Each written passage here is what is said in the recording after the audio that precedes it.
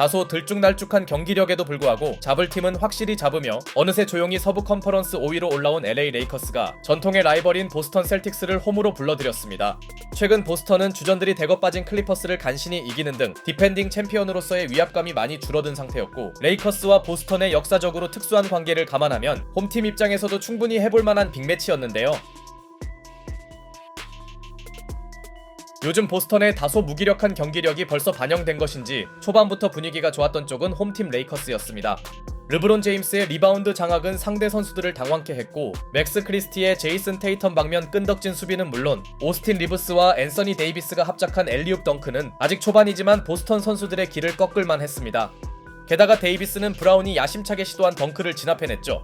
비록 이 무렵 르브론 제임스가 저지른 연속 턴오버는 자칫 흐름이 좋던 레이커스에게 찬물을 뿌릴 수 있었으나, 레딕 감독은 빠른 타이밍에 르브론을 벤치로 불러들였고, 이후 레이커스의 공격은 앤서니 데이비스가 책임집니다.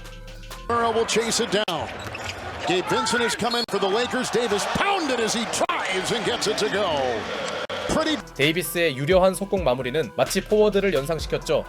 물론 호포드와 포르징기스 투빅 라인업을 가동한 보스턴도 선수들의 야투가 살아나며 접전 양상을 유지하나 했으나, 보스턴의 최대 강점인 외곽 생산력은 레이커스가 더 좋아 보였고, 이 무렵 레딕 감독은 다소 특이한 라인업을 가동했으니 바로 잭슨 헤이즈와 데이비스를 동시에 기용한 겁니다.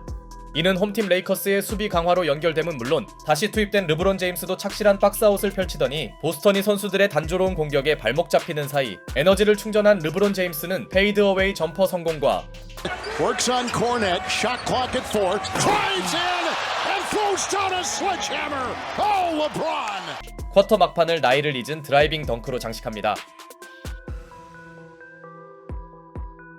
그래도 전력 우위라던 보스턴 입장에선 좋지 않은 출발이었고, 존재감이 부족하던 테이텀이 간만에 드라이빙 레이업을 올렸으나 그는 곧바로 다음 포제션에서 오펜스 파울을 범하고 맙니다. 이러다 보니 보스턴은 계속 끌려가는 입장에서 벗어나지 못했죠. 게다가 보스턴은 1쿼터엔 비교적 좋았던 3점 성공률이 떨어지며 좀처럼 추격의 실마리를 잡지 못하는데요.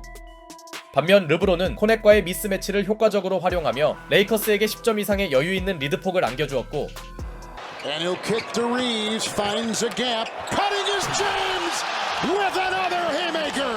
Whoa! 이미 하이라이트를 찍었던 르브론은 이번에도 슬램덩크를 꽂으며 크립토닷컴 아레나에 모인 관중들에게 팬서비스를 제대로 해줍니다. 반대로 3점이 고장난 보스턴은 페인트존 공략도 되지 않았고, 그나마 포르징기스가 원정팀에서 가장 고군분투해줬으나 현재까지의 경기력은 레이커스가 압도하는 모양새였습니다.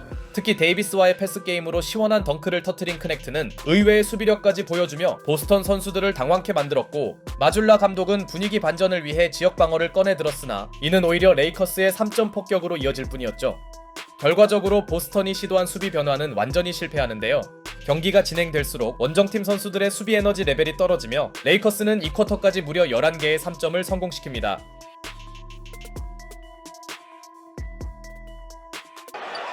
Three, connect!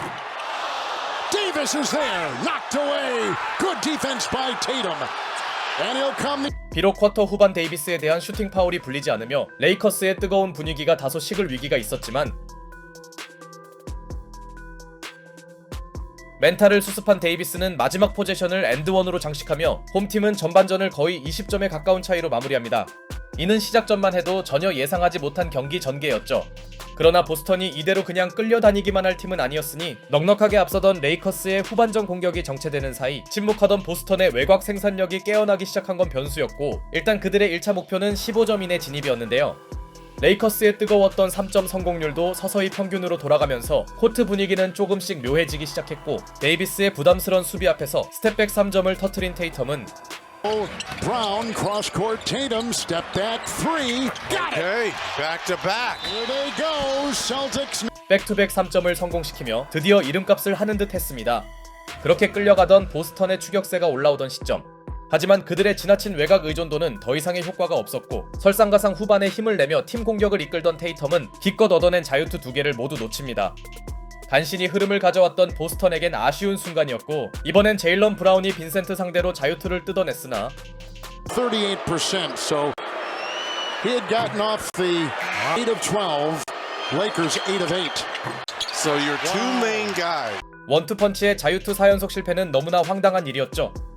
물론 빈공에 빠진 레이커스도 확실히 달아난 건 아니었지만 도리안 피니스미스가 포르징기스의 실책을 이끌어내는 등 수비에 힘을 내세운 홈팀은 일단 대형 위기에선 벗어납니다.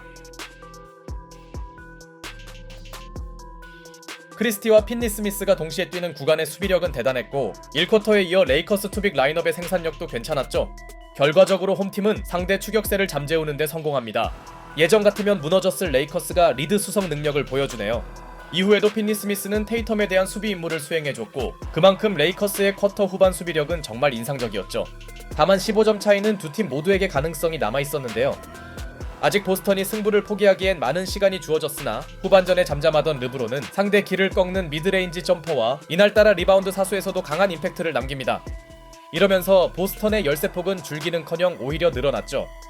그렇다고 따라가는 팀에게 절실한 외곽 지원이 나온 것도 아니었고 르브론 제임스가 코넷과의 미스매치를 시종일관 활용한 것에 비해 기껏 피니스미스의 수비 앞에서 엔드원을 얻어낸 브라운은 득점 하나가 아쉬운 시점에 또다시 자유투를 흘려버립니다. 여기에 게이브 빈센트의 3점까지 보탠 레이커스가 더욱 달아나며 순식간에 서로의 차이는 25점으로 벌어지는데요. 이제 승기를 굳히고 싶은 레이커스에선 르브론이 직접 나서줬고 뒤늦게나마 벤치에서 나온 하우저가 3점을 지원해줬으나 시종일관 끌려가던 보스턴에게 남은 시간은 부족했습니다. 마줄라 감독은 주전들을 조금씩 빼며 승패를 받아들였고 그러자 레이커스도 르브론 제임스를 벤치로 불러들이는데요. 사실상 종료 5분을 남기고 어느 정도 승패가 결정된 순간 승리를 확신한 홈 관중들이 갑자기 한 선수를 외칩니다. And it's on Davis. And you're hearing the crowd here. Bronny.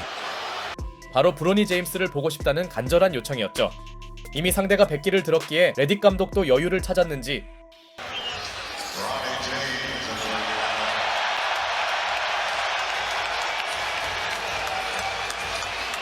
관중들의 뜨거운 환호와 함께 브로니가 코트에 투입됩니다.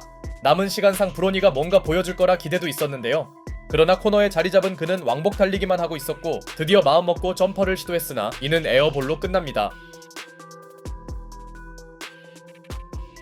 참고로 이 충격을 딛고 오늘 브로니는 G리그에서 31점을 폭격했다네요. 어쨌든 브로니 형까지 내린 레이커스는 예상외의 대승을 거뒀고 특히 보스턴을 100점 이하로 묶은 수비력은 놀라웠습니다. 만약 레이커스가 오늘 같은 수비력을 유지할 수 있다면 벤더빌트까지 돌아온 이후 순위 사수를 기대할 수 있겠죠.